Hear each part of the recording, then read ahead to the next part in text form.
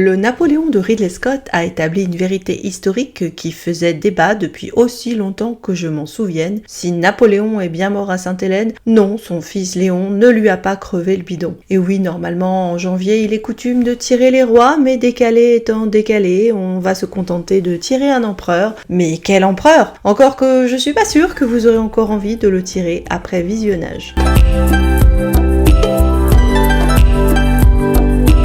Bonjour, bienvenue sur Décalé. Après le dernier duel où il essayait bravement de lancer tout seul comme un grand le demi-casque pour joute, une mode qui bizarrement n'avait pas séduit au Moyen-Âge, Ridley Scott, dont je tiens à dire que pourtant j'apprécie la filmographie à défaut du caractère, a décidé de tirer à boulet rouge sur les pyramides et le mythe de Napoléon. Et le moins qu'on puisse dire, c'est que l'affaire n'a pas laissé indifférent, surtout au niveau des critiques. Entre le jeu de Joaquin Phoenix, les erreurs historiques et par corrélation principalement la guéguerre personnelle qui s'est joué entre le réalisateur et les historiens. Presque, c'est ce qu'il y a eu de plus intéressant pour moi dans l'affaire et ce qu'il faut retenir du film. Le sempiternel débat entre histoire et fiction. Faut-il juger une œuvre artistique avec la rigueur scientifique d'un historien? Peut-on violer l'histoire pour lui faire de beaux enfants? Prenez une copie double, tirez la marge et vous avez 2 heures pour rendre la copie. Je vais évidemment revenir sur la question, mais d'abord, pourquoi un Napoléon par Ridley Scott et a-t-il une prétention historique? Pour moi, il n'y avait aucune surprise de voir le réalisateur s'atteler à ce projet, même s'il s'est fait visiblement dépasser comme la plupart de ceux qui s'attaquent à ce gros morceau, et que ce film en dit peut-être plus sur lui que sur le bonhomme au tricorne qui est censé être le sujet principal. D'abord, Ridley Scott, il ne vous aura pas échappé, est anglais, et Napoléon, c'est quelque chose dans la conscience collective britannique. De Waterloo à Trafalgar, Napoléon n'est pas ton Froggy standard sur lequel il fait par ailleurs bon cracher dans les pages des canards, l'ouverture de la chasse durant toute l'année de l'autre côté de la Manche. Napoléon, c'est l'adversaire ultime, peut-être même davantage qu'Hitler et son Blitz. Nationalité mise à part, Ridley Scott aime bien les épopées historiques, et comme Napoléon, c'est un peu l'Everest du réalisateur historique forcé qu'il ait envie de s'atteler au sujet. Hervé Dumont en recensait déjà 1000 en 2020 entre les séries télé et les films, et chacun d'y aller de sa vision de Napoléon, puisque chacun a son idée là-dessus, et sa prétention à avoir compris la bête, que ça parte en panégyrique sur le génie visionnaire ou en brûlot sur le fou sanguinaire. Je dirais que c'est presque un rite de passage, une épreuve imposée, un dernier tour de piste avant inventaire, et on pourrait presque dire que la filmographie de Ridley Scott est comme un long parcours qui devait le mener à faire ce Napoléon, ou un Napoléon en tout cas, et a priori tirer sa révérence derrière. S'il n'était pas en train de tourner Gladiator 2 en ce moment, il aurait été presque logique qu'il conclue sur ce film sa carrière, qui avait commencé en 1977 avec Les Duellistes, un film qui se passe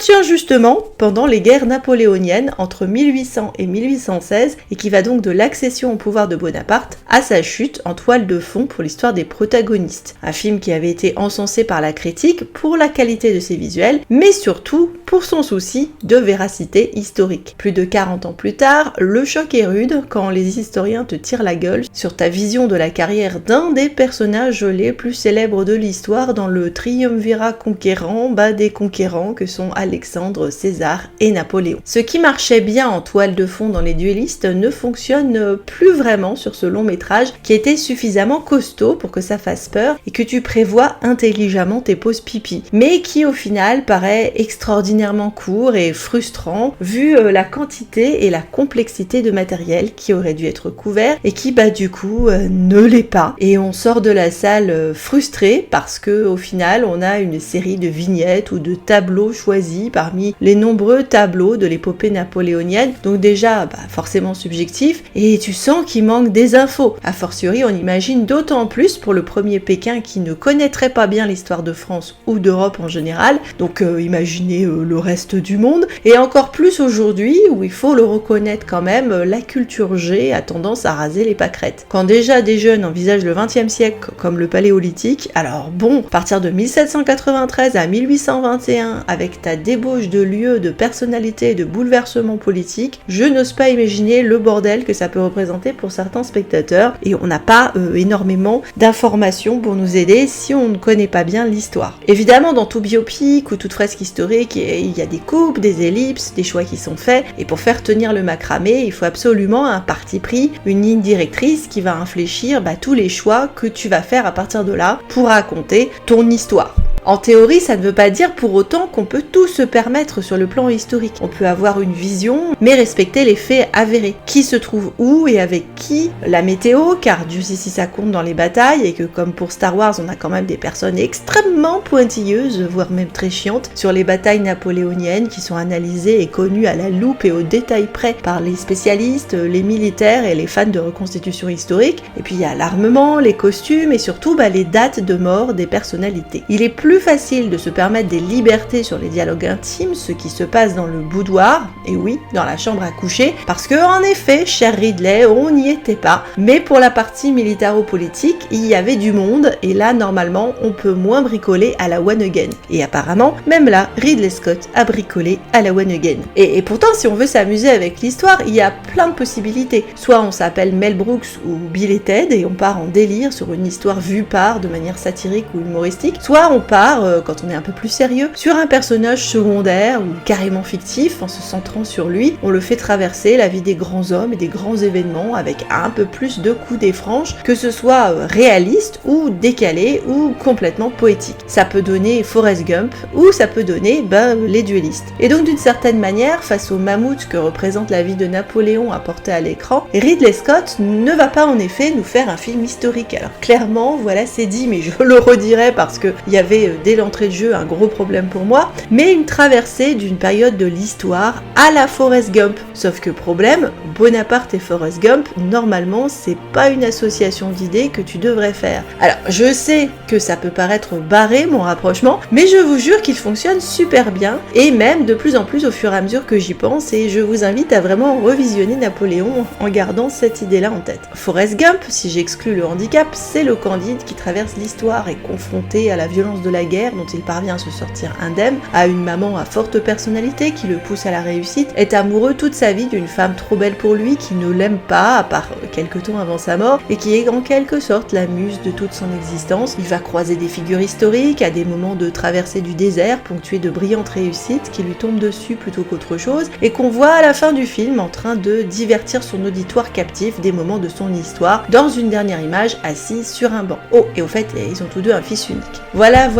Tu la sens pas la boîte de chocolat dans le film de Napoléon ? Quel tour de force d'avoir fait d'un personnage aussi dynamique, déjà socialement, une espèce de petit bouchon de liège ballotté par les événements de l'histoire, lui qui a, qu'on l'aime ou qu'on le déteste, objectivement fait l'histoire de ce début de 19e siècle. Le Napoléon Bonaparte de Ridley Scott a ironiquement l'énergie d'un autre Napoléon et pathétique loser qui est Napoléon Dynamite. Dans le film, il subit tout et ne choisit rien.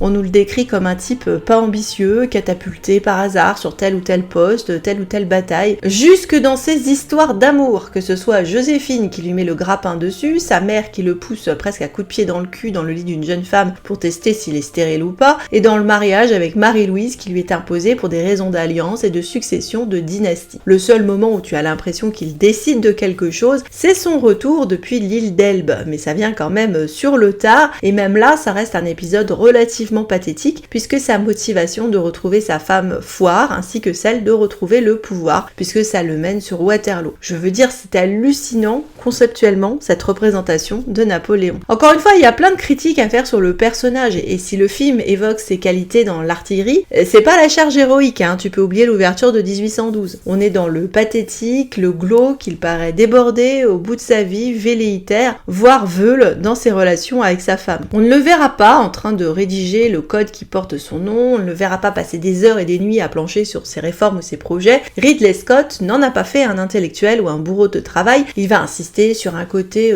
sanglier, corse brute en goguette, un gros lourdeau pâteau, mal dégrossi, pas à sa place, et donc un jeu de la part de Joaquin Phoenix qui m'a fait plus d'une fois lever les yeux au ciel en me disant que la seule instruction qu'on lui avait donnée c'était « joue-la comme Gérard ». qu'au passage Scott connaît bien pour lui avoir donné le rôle de Christophe Colomb. En plus, hasard malheureux, dans le même temps que sortait le film, on avait droit au nanar de Gérard en Corée du Nord, donc la surimpression était vertigineuse pour moi de ce type poussant des grognements de bêtes sauvages tandis qu'il entreprend de culbuter sa Joséphine. D'ailleurs, j'en profite pour parler du jeu des acteurs. Ce n'est pas que les acteurs soient mauvais, c'est que bon, d'abord il y a une direction qui est ce qu'elle est, donc bon bah ils ont honoré cette direction, moi je ne suis pas du tout d'accord avec, mais voilà, c'est mon point de vue. Et puis ils ont été à mon avis mal castés, en particulier dans les rapports d'âge. Phoenix est trop vieux au début quand il nous joue Bonaparte jeune à Toulon, et surtout beaucoup trop vieux face à sa Joséphine justement. Normalement c'est elle qui est plus âgée que lui,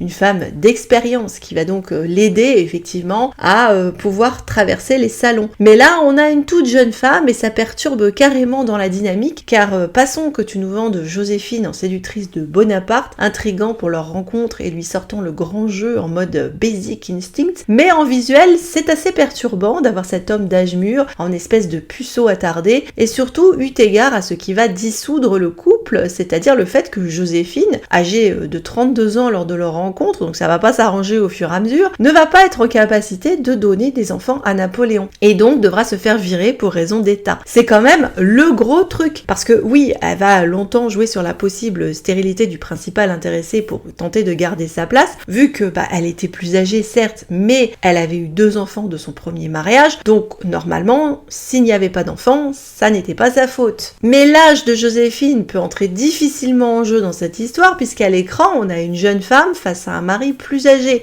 L'actrice, il n'y a aucun moyen qu'elle soit ménopausée, hein. Donc cette raison-là ne marche pas. De même, si Wellington porte beau avec Rupert Everett, que j'étais ravie de revoir d'ailleurs, parce que j'aime bien cet acteur, le vainqueur de Waterloo, et accessoirement célèbre roast beef, avait 46 ans, et l'acteur, lui, en a plus de 60. Alors oui, la guerre ça use, et on faisait beaucoup plus vieux à l'époque, c'est vrai, mais quand même. Et aussi, on avait des dents dégueulasses, dans le cas de Joséphine, qui aimait sucer les cannes à sucre, visiblement une mauvaise habitude qui l'a menée très loin, mais là aussi, on a évité, pas de dents dégueulasses au programme. Je donnerai comme seul crédit, déjà remarqué dans le dernier duel, le fait qu'il ne soit pas parti comme il aurait pu le faire sur un projet Joséphine Black, parce que de nos jours, avec l'étiquette Belle Créole, on aurait pu nous sortir toute la compagnie. Pour autant, les fanas du wokisme pourraient chanter Kumbaya autour du film sur un point important, le vilain homme blanc hétéro restera irrécupérable. Et pour le coup, Ridley Scott a eu le fair play, je vais lui reconnaître ça, de ne pas servir la soupe à son bœuf Wellington, parce que tout le petit monde qui planifie la chute de Napoléon et règle son exil est absolument insupportable. Plein de morgue et de suffisance, snobinard et étroit d'esprit, et oui, même les Anglais, ils sont aussi peu reluisants que l'homme contre lequel ils font alliance. Et bien que le projet soit de nous rappeler entre autres que Napoléon était le boucher de l'Europe, en concluant le film sur le game score de ses batailles, on a presque pitié pour lui, le gros plouc que les monarques et les aristos méprisent et cherchent à chasser de leur plate-bande, parce qu'après tout, nous n'avons pas les mêmes valeurs. En même temps, si 158 minutes ça fait court pour parler de Napoléon, sa vie, son œuvre, par contre ça fait un poil long pour une pub pour les rillettes Bordeaux Chanel. Alors qu'a voulu nous mijoter Ridley Scott à propos de sa vision de Popoléon et par extension de cette page de l'histoire de France? Parce qu'on a la petite histoire et la grande histoire à discutailler, mes amis. Alors perso, j'adore la petite histoire et je suis intimement persuadée qu'elle influe sur la grande. Donc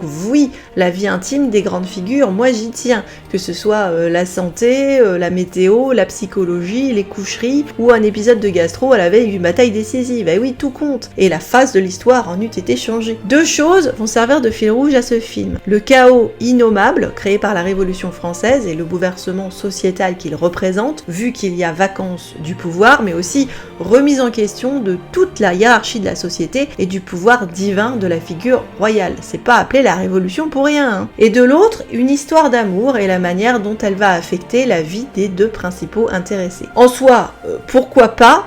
C'est problématique pour ce film. Tu peux tout à fait te lancer sur l'histoire entre Napoléon et Joséphine, ce serait pas la première fois, l'histoire est passionnante. Par contre, te dire qu'ici précisément elle envoie du bois ou du rêve, non. Et du coup, c'est le premier énorme problème. Parce que la carrière de Napoléon, ou la vie de Napoléon, en tout cas cette tranche de vie, est ici clairement articulée tout autour de Joséphine et de la passion qu'il éprouve pour elle, et Dieu sait si leurs lettres privées nous ont appris beaucoup de choses sur cette relation relation passionnelle. Mais là, c'est pas ce qu'on te donne à bouffer. Je sais pas quoi dire, hein, ça te montre à quel point elle en a rien à foutre de lui, ce qui est pas faux, et à quel point il est lourd avec elle, avec non pas une, penses-tu, ce serait dommage de se priver de ce spectacle, mais oui, 2 scènes de levrette d'un glauque absolu. Alors imagine-toi un prof en sortie scolaire montrer Napoléon aux lycéens, au secours. Il n'y a pas de volonté de nous camper un amour transcendant du tout, hein. Et même si c'était à sens unique, il ne traite même pas bien la femme qu'il prétend aimer, car sans qu'on comprenne pourquoi, Ridley Scott nous invente une épouvantable scène de divorce qui ne cadre pas du tout avec son projet de couple emblématique tragiquement séparé par l'histoire et les vicissitudes du pouvoir, vu qu'on se retrouve à voir Napoléon claquer la femme qu'il aime devant tout le monde, une scène de violence physique et d'humiliation qui n'a à ma connaissance aucun fondement historique et qui nous en remet une bonne couche sur le fait qu'on ne sait même pas s'il aime vraiment cette femme ou si c'est juste parce que c'est sa chose. Et puis quand la fin te fait croire qu'il est en train d'accourir en France après Elbe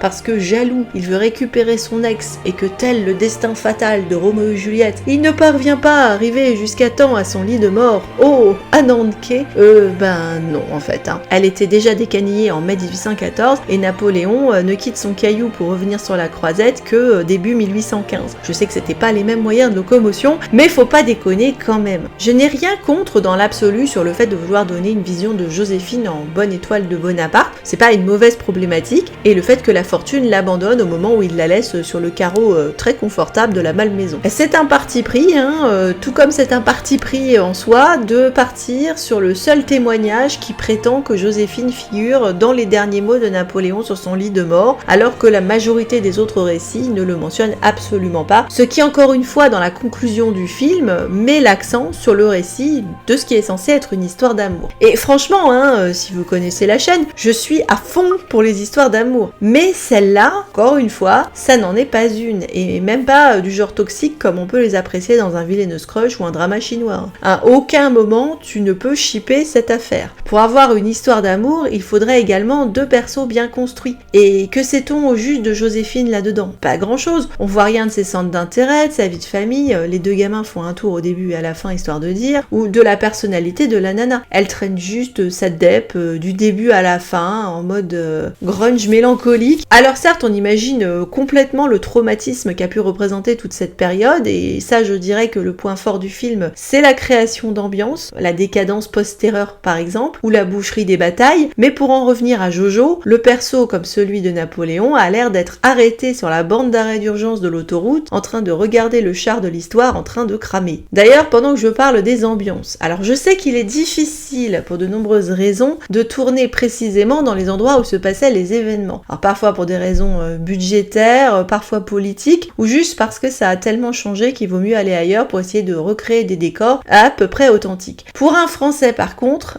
ça pique les yeux, hein. La place de la Concorde qui ressemble à une caserne anglaise, aïe. La Malmaison à un manoir anglais, re-aïe. Et Toulon, ben c'est Malte. Je veux dire, ça t'arrache tellement les yeux que c'est tourné dans les campagnes anglaises, que c'est presque surréaliste, et comme en plus l'actrice me fait beaucoup penser à Nathalie Dormer, j'étais parfois en train de me demander si c'était une version alternative des Tudors que j'étais en train de regarder. C'est juste pas possible. Mais comme de toute façon, dès l'ouverture, j'avais compris que c'était de la pure fantasy, au point où on était, beurrer les scones, Napoléon est so British. Ah oui, parce que là, on revient sur la grande histoire, et peut-être plus particulièrement la question de la roue du destin et de la vacance du pouvoir propice à la montée de dictateurs. Ce qui n'est pas faux, ni d'ailleurs révolutionnaire ma foi, mais vu le Napoléon qui nous est présenté à l'écran, c'est plus tyran malgré lui que tacticien de génie s'engouffrant dans la faille pour devenir un tyran. Et au passage, on a un ratage complet de la part de Ridley Scott de l'autre grande histoire d'amour de Napoléon. C'est pas juste Joséphine, c'est la France. Et donc un rendez-vous avec un pays d'autant plus important que le personnage naît dans une Corse qui vient de devenir française 1 an avant sa naissance, et donc où on a vraiment la rencontre d'un destin personnel et d'un pays. Ridley Scott nous pond un truc assez bâtard dans tous les sens du terme. Alors d'un côté, on a des acteurs qui clament en long et en large qu'ils ont lu tous les bouquins pour se préparer à leur rôle, et de l'autre, on a le réal en mode fuck les historiens, alors que pourtant, il accable l'écran de dates précises et de chiffres sur le dernier placard. Il aurait été préférable qu'il noie le tout dans un flou artistique et décide qu'en effet, il allait recréer une vision personnelle, impressionniste, on va dire, de tableaux célèbres comme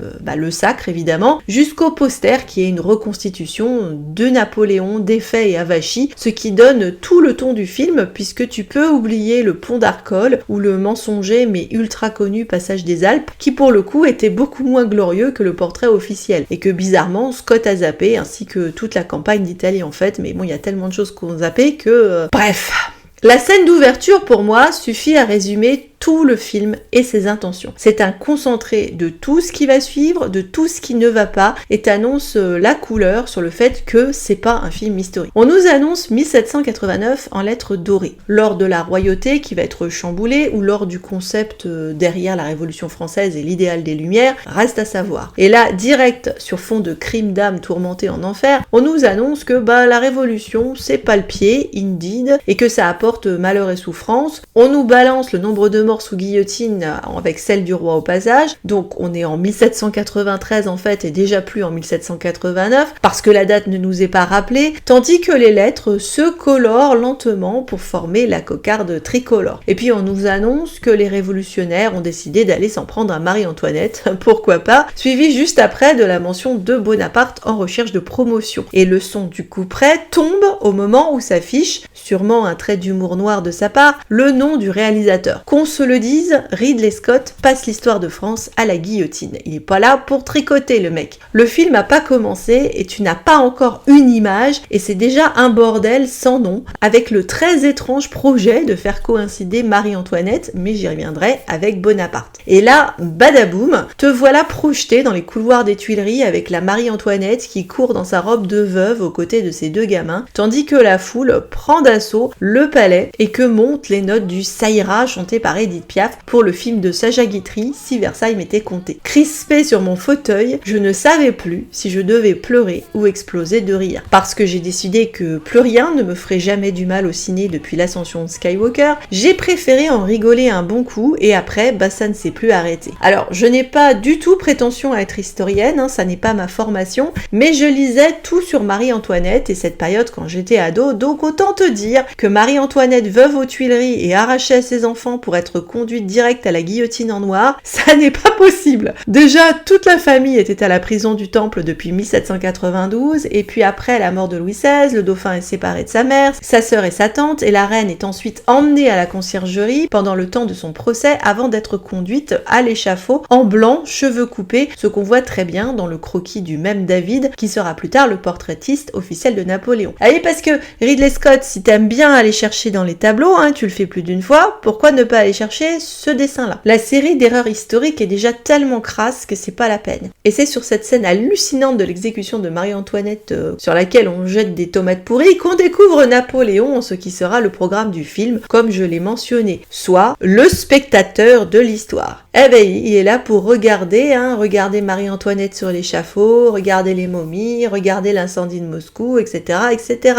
Achetez-lui du popcorn. Pourquoi, quitte à raconter n'importe quoi, assister à la mort de Marie-Antoinette plutôt que celle plus logique de Louis XVI pour son destin d'usurpateur de la couronne de France, alors que le film s'appuie, c'était le cas déjà dès la bande-annonce, sur la phrase citée par Stendhal de « J'ai trouvé la couronne de France dans la boue, je l'ai essuyée et posée sur ma tête ». Bon, c'est sûr que ça avait de la gueule, je comprends qu'il ait eu envie de la placer, mais la couronne à ramasser, c'était pas celle de Marie-Antoinette. Est-ce que c'est son statut d'étrangère, de femme victime de calomnie? Est-ce à mettre en rapport avec Joséphine? Est-ce que c'est pour mettre en lien les deux relations conjugales qui étaient pas top? Ou juste parce que Napoléon épousera la nièce de la reine? Ou parce qu'on assiste à la mort d'une star qui va être remplacée par une autre? On n'aura pas d'explication ou de lien logique en fait, autre que le jeu des trônes, une tête chasse l'autre, tu nais poussière, tu redeviendras poussière, c'est le cas aussi avec les momies. Ou alors le fait que Napoléon représente une espèce d'anomalie, un bug dans le système et qui a pu s'infiltrer dans la chienlit de la décadence révolutionnaire. Au passage, c'est quoi ce Robespierre qui a une tête de Danton?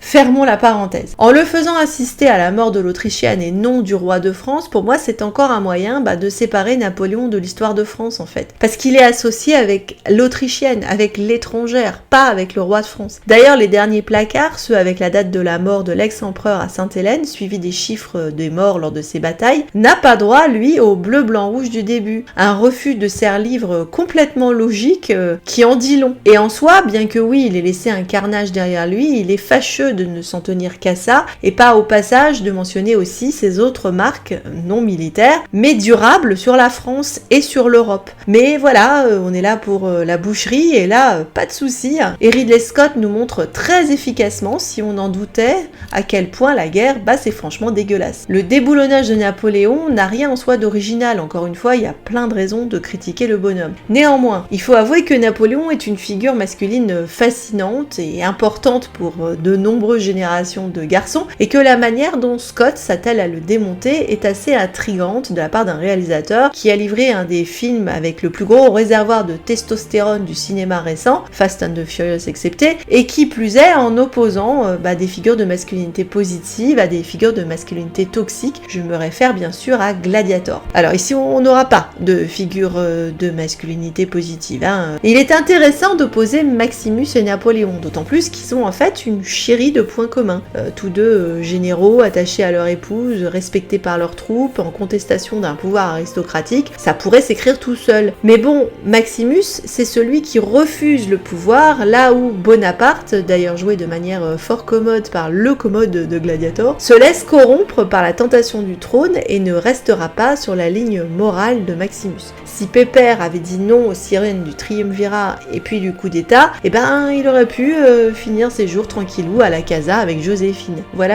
Maximus était cool, stoïque, mature, là où notre Popoléon est souvent montré apeuré, angoissé, alors déjà dès l'attaque de Toulon, travaillé par ses complexes, cocufié, manipulé par tout le monde, plus à l'aise avec des mômes qu'avec des adultes, bref, pas un modèle qui va faire triper les mascus et les machos. On hérite d'une petite chose pas reluisante qui cosplay en empereur parce que c'est dans le script et qu'il a pas trop eu le choix. Bref, il y a plein de choses qui vont pas dans ce film. Ridley Scott a fait des choix délibérés qui, il aurait dû le savoir, ne passeraient pas, mais par contre, je suis bien plus intéressée par sa réaction épidermique sur les critiques très légitimes qui lui ont été faites. Quand tu fais un film historique, forcément tu dois t'attendre à ce que les historiens s'en mêlent, et la mauvaise foi manifeste dont il a fait preuve cache sûrement quelque chose d'un peu plus personnel. Comme Napoléon s'approprie la couronne de France, s'approprier Napoléon, ça veut dire aussi quelque chose en fait. Encore une fois, c'est une figure universellement connue et reconnaissable, un personnage décliné en long, en large et en travers.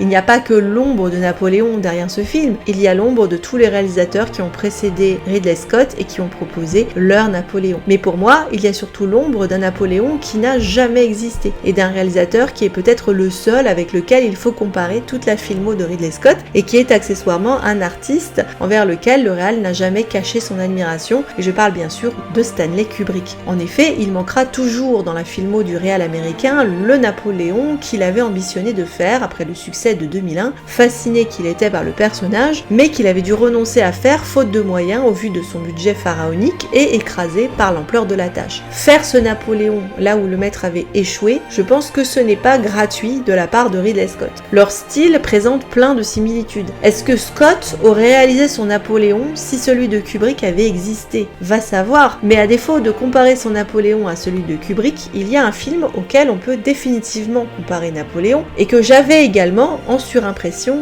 tout du long. Oui, j'ai parlé de Forrest Gump, oui, j'ai parlé d'un anti-gladiator en quelque sorte, mais la vraie référence pour moi derrière tout ce film, c'est Barry Lyndon. Déjà, ces décors d'Angleterre brumeuse, là où on devrait être dans la campagne parisienne, passons, mais surtout la caractérisation de leur figure principale et le parallèle de destin pathétique sur fond de l'imbécilité des guerres européennes pour un ambitieux qui n'a pas sa place dans la société aristocratique et qui finit dans l'exil, pensionné par ses vainqueurs jusqu'à son dernier souffle, mais en tout cas envoyé le plus loin d'eux possible. Seulement voilà, les parallèles mis à part, Barry Lyndon, c'est pas Napoléon, et ce film n'aurait pas dû me faire penser à Barry Lyndon. Donc oui, si comme beaucoup avant lui, Ridley Scott a violé l'histoire, c'est moins pour nous livrer un beau bambin qu'un produit assez bâtard. Voilà pour mon retour sur Napoléon, ça m'a surtout donné envie de passer du temps autour de cette période en vous parlant d'autres films où Napoléon fait de la figuration, ce qui est quasiment le cas de celui-ci en fin de compte, et donc retrouvez-moi sur d'autres épisodes sur cette thématique si vous vous intéressez à l'histoire au cinéma. Merci de me laisser un commentaire, de liker ou partager si cet épisode vous a plu. Pensez à vous abonner si vous voulez continuer à me suivre dans mes œuvres, et on se dit à très bientôt.